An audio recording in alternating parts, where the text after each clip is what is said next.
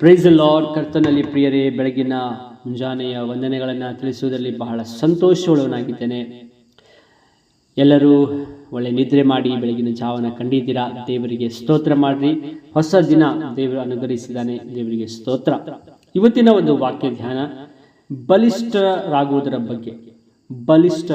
ಬಗ್ಗೆ. ಇಬ್ರಿಯ 11ನೇ ಅಧ್ಯಾಯ 34ನೇ ವಚನ. ಇಬ್ರಿಯ 11ನೇ ಅಧ್ಯಾಯ 34ನೇ ವಚನ. ನಿರ್ಬಲರಾಗಿದ್ದು ಬಲಿಷ್ಠರಾದರು. ಪೂರ್ತಿ ವಾಕ್ಯ ಒಂದು ನಿಮಿಷ, ಆ ವಾಕ್ಯವನ್ನು ನಾನು ತೆಗಿತೇನೆ. ಇಬ್ರಿಯರಿಗೆ 11:34.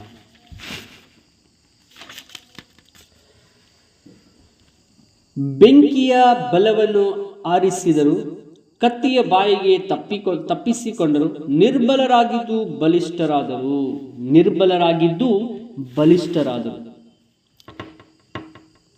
ನೀವು ಬಲಹೀನರಾಗಿರುವಿರಾ? ಸೋತು ಹೋಗಿರುವಿರಾ? ಅಪನಂಬಿಕೆಯು, ಅಧೈರ್ಯವು ನಿಮ್ಮ ಆತ್ಮವನ್ನು ಬಲಹೀನ ಪಡಿಸುತ್ತಾ ಇದೆಯೋ?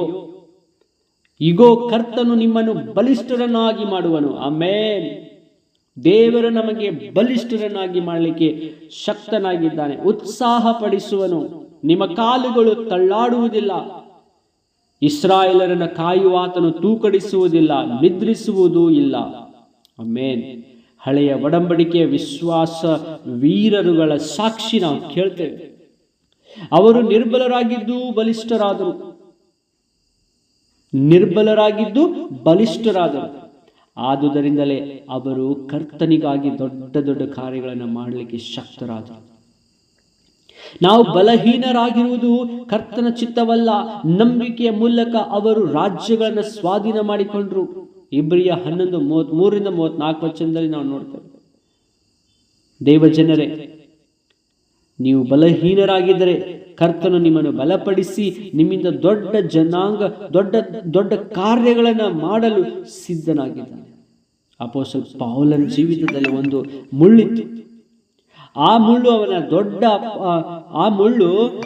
ಅವನು ದೊಡ್ಡ ಅಪೊಸ್ತಲನೆಂದು ಕಾಣದೆ ಅವನನ್ನು ಬಲಹೀನಪಡಿಸುತ್ತಿದ್ದಿತು.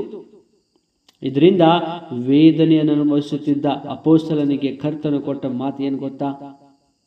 ನನ್ನ ಕೃಪೆಯೇ ನಿನಗೆ ಸಾಕು, ಬಲಹೀನತೆಯಲ್ಲಿಯೇ ನನ್ನ ಬಲವು ಪೂರ್ಣ ಸಾಧಕವಾಗುತ್ತದೆ. ಆಮೆನ್ ಅಂತ ಹೇಳಿದ್ರು ಯೇಸುಸ್ವಾಮಿ. ಇದನ್ನು ಕೇಳಿದ ತಕ್ಷಣ ಪೌಲನಿಗೆ ಬಹಳ ಸಂತೋಷ ಆಯಿತು. ಆ ಮುಳ್ಳನ್ನು ಕುರಿತು ಅವನು ಕಳವಳ ಪಡದೆ ಕರ್ತನ ಕೃಪೆಯನ್ನು ಅರಿತುಕೊಂಡನು. ಆದ್ದರಿಂದ ಕ್ರಿಸ್ತನ ನಿಮಿತ್ತ ನನಗೆ ನಿರ್ಬಲಾವಸ್ಥೆಯು, ತಿರಸ್ಕಾರವು, ಕೊರತೆಯು, ಹಿಂಸೆಯು, ಇಕ್ಕಟ್ಟು ಉಂಟಾದಾಗ ನಾನು ಸಂತುಷ್ಟವುಳ್ಳವನಾಗಿದ್ದೇನೆ. ನಾನು ನಿರ್ಬಲನಾಗಿರುವಾಗಲೇ ಬಲವುಳ್ಳವನಾಗಿದ್ದೇನೆ. 2 ಕೊರಿಂಥ 12:10. ದೇವರ ಮಕ್ಕಳೇ, ನಿಮ್ಮ ಬಲಹೀನತೆಗಾಗಿ ದೇವರನ್ನು ಸ್ತುತಿಸಿರಿ. ಕೆಲವರನ್ನು ಜೀವದಿಂದ ಎಬ್ಬಿಸಿದ ಸ್ಮಿತ್ ವಿಗಲ್ಸ್ವರ್ತ್ ಅವರಿಗೆ ಒಂದು ಬಲಹೀನತೆ ಇತ್ತು. ಅವರ ಕಿಡ್ನಿಯಲ್ಲಿ ಕಲ್ಲುಗಳು ಇದ್ದು ಅವರನ್ನು ಬಹಳವಾಗಿ ಕಷ್ಟಗೊಳಪಡಿಸ್ತಾ ಇತ್ತು. ಒಂದು ಕೂಟ ನಡೆಸುತ್ತಿರುವಾಗ ಅಲ್ಲಿರುವ ಪ್ರಾರ್ಥನೆಯ ಎಣ್ಣೆಯನ್ನು ತಲೆಯ ಮೇಲೆ ಸುರಿದುಕೊಂಡು ನಾನು ಗುಣ ಹೊಂದಿದೆನು ಎಂದು ಕೂಗಿಕೊಂಡರು. ಕರ್ತನು ಅವರ ದುಃಖವನ್ನು ನೀಗಿಸಿಬಿಟ್ರು. ಹಲ್ಲೆಲೂಯಾ. ಒಂದು ವಾಕ್ಯ ಇದೆ, ಫಿಲಿಪ್ಪಿಯರಿಗೆ 4:4. ಯಾವಾಗಲೂ ಕರ್ತನಲ್ಲಿ ಸಂತೋಷಿಸಿರಿ, ಸಂತೋಷ ಪಡಿರಿ ಎಂದು ತಿರುಗಿ ಹೇಳುತ್ತೇನೆ. ಆಮೆನ್. ನಾವು ಸಂತೋಷ ಪಡಬೇಕಾಗಿದೆ. ನಾವು ಬಲಿಷ್ಠರಾಗಬೇಕಾಗಿದೆ. ದೇವರ ಈ ವಾಕ್ಯದಿಂದ ನಮ್ಮನ್ನು ಆಶೀರ್ವದಿಸಲಿ. ಪ್ರೀತಿಯುಳ್ಳ ದೇವರೇ, ನಿರ್ಬಲ ಒಂದು ವ್ಯವಸ್ಥೆಯನ್ನು ಅನುಭವಿಸುತ್ತಿರುವಂಥ, ಫೀಲ್ ಮಾಡ್ತಿರುವಂಥ ದೇವರೇ, ನಿನ್ನ ಜನರಿಗೆ, ನಿನ್ನ ಮಕ್ಕಳಿಗೆ ನೀನು ಬಲಿಷ್ಠರನ್ನಾಗಿ ಮಾಡು, ಯುದ್ಧ ವೀರರನ್ನಾಗಿ ಮಾಡು ಸ್ವಾಮಿ. ನಿನ್ನ ಪಾದಕ್ಕೆ ಅರ್ಪಿಸುತ್ತೇವೆ.